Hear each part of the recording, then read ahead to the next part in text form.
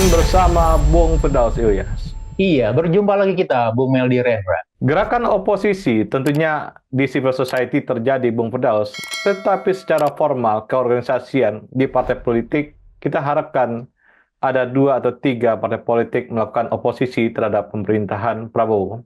Peluang yang paling besar adalah PDIP, tentunya Nasdem ya, tapi Nasdem ini kan kiri kanan masih goyang. Saya kira kalau PKS ya dengan menghitung rugi atau apa yang diuntungkan dengan satu posisi di kabinet, saya kira PKS juga bisa menjadi hal yang didorong untuk melakukan oposisi, Bung Firdaus. Jadi pikiran-pikiran oposisi ini adalah hal yang harus kita dorong dalam pemerintahan Prabowo, karena tanpa oposisi, saya kira kita setback seperti gaya pemerintahan Jokowi muncul kembali, Bung Firdaus. Iya, Bung Meldi. Jadi memang kalau kita lihat salah satu yang menjadi semacam PR ke depan yang harus diperbaiki adalah membangun kembali semangat atau etos demokrasi yang lebih baik untuk pemerintah Indonesia ke depan. Dan kalau kita lihat dari sisi refleksi apa yang terjadi pada era termin kedua Presiden Jokowi, gitu ya, terjadi semacam pemunduran atau kelembaman dalam sisi demokrasi. Demokrasi substansi tidak berjalan, yang berjalan hanya demokrasi formalitas, demokrasi prosedural, begitu ya. Dan itu yang kita lihat dalam beberapa skandal yang muncul terakhir, begitu. Dan kalau kita lihat, nampaknya ini yang kurang diwaspadai oleh pemerintahan Prabowo, gitu. Ketika Prabowo dimenangkan di dalam Pilpres, gitu ya, dalam keputusan MK, kemudian juga dilantik menjadi presiden beberapa hari yang lalu, gitu ya, Prabowo masih punya keinginan untuk menyatukan semua kekuatan politik dalam gerbong pemerintahan. Dan saya pikir ini salah satu kesalahan di dalam prinsip membangun demokrasi. Dan ini juga yang kita lihat PDIP misalnya yang belum bergabung di dalam pemerintahan gitu ya, dan pada akhirnya hingga pelantikan termasuk penyusunan kabinet dan pengambilan sumpah para menteri, ternyata PDIP tidak bergabung di dalam pemerintahan Prabowo Gibran di sana. Dan kita berharap memang gitu masih ada tersisa 1 atau 2 partai politik atau 3 partai politik yang bisa menjadi penyeimbang pemerintahan dalam sisi formalitas, entah itu di parlemen ataupun juga dalam sisi prosedural yang ada begitu. Dan ini yang agak menjadi pembeda kalau kita lihat dalam pemerintahan Prabowo gitu dalam termin pertamanya. Kalau kita ingat coba apa ya, pada termin pemerintahan SBY misalnya itu juga ada oposisi yang cukup besar, saya ingat pada PDIP dan beberapa partai di luar pemerintahan gitu ya. Begitu juga ketika termin pertama pemerintahan Jokowi, itu mayoritas itu berada di oposisi 52 atau 54% di parlemen itu di luar pemerintahan begitu. Dan terbalik ketika pemerintahan Prabowo lebih dari 80% itu ada di pemerintahan. Dan bagaimana nanti misalnya kalau semua kelompok politik itu masuk dalam kekuatan pemerintahan, tidak akan ada yang menjadi oposisi gitu. Maka mau tidak mau kalau kita lihat, kita berharap harus ada 1 atau 2 partai gitu, dan kita berharap PDIP misalnya ataupun juga Nasdem gitu, walaupun setengah kakinya di pemerintahan misalnya, akan tetap menyuarakan sisi dari apa ya, kekritisan di dalam pemerintahan. Karena sekali lagi, keberadaan oposisi atau penyeimbang di dalam parlemen itu menjadi semacam alat koreksi bagi pemerintahan secara formal, secara prosedural gitu dalam demokrasi begitu. Jadi jangan dianggap sebagai penghambat. Dan bagi publik keberadaan demokrasi dalam demokrasi gitu ya, keberadaan partai oposisi itu menjadi semacam apa ya, menjadi pewanti-wanti, pemberi warning kepada pemerintah agar tidak asal-asalan dalam mengeluarkan kebijakannya, agar tidak asal-asalan atau serampangan dalam membelanjakan keuangan negara begitu. Jadi memang ini yang kita harapkan perlunya atau tetap perlunya membangun budaya oposisi atau di dalam pemerintahan demokrasi Indonesia, Bu Meldi.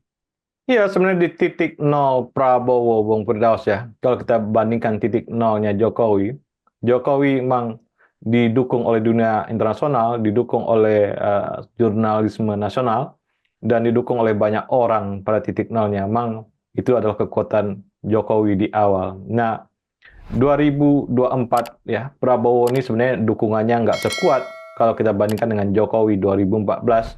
Nah, inilah saya kira adalah titik tumbuh mulainya oposisi muncul ya. Oposisi dari partai politik atau oposisi formal ya, atau oposisi informal juga harus didorong ya, supaya kita tidak kecolongan ya seperti yang dialami oleh Jokowi kemarin, rezim Jokowi.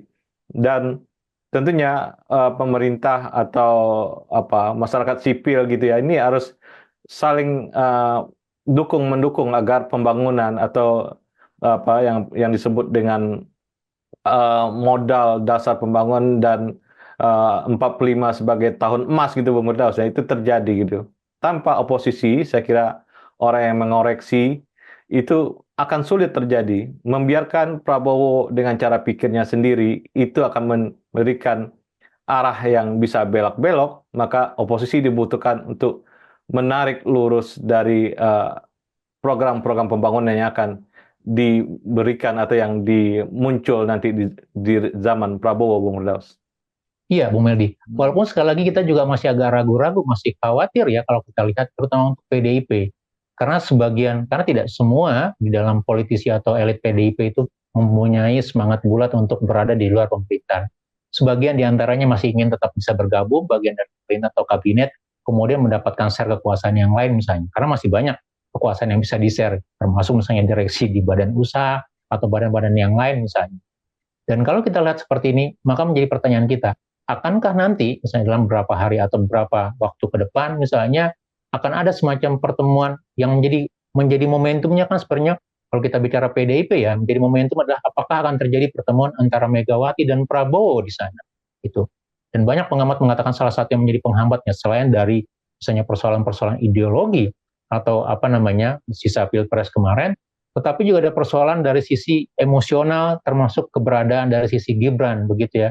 Misalnya Ibu Megawati digosipkan atau diisukan salah satu yang menjadi kendala keengganan untuk bertemu adalah karena misalnya ada Gibran di sana gitu. Dan Gibran sebagai sesuatu yang dianggap bagian dari yang melanggar konstitusi karena berkali-kali PDIP mengatakan bagian dari konstitusi atau aturan dan itu representasinya ya mau tidak mau kita bisa melihat itu dimungkinkan ke arah Gibran begitu ya. Dan tetapi di sisi lain gitu ya, apakah juga PDIP akan cukup kuat untuk membangun spirit sebagai oposisi atau malah begitu ya larut dengan partai-partai yang lain juga bagian dari beramai-ramai menikmati kekuasaan begitu.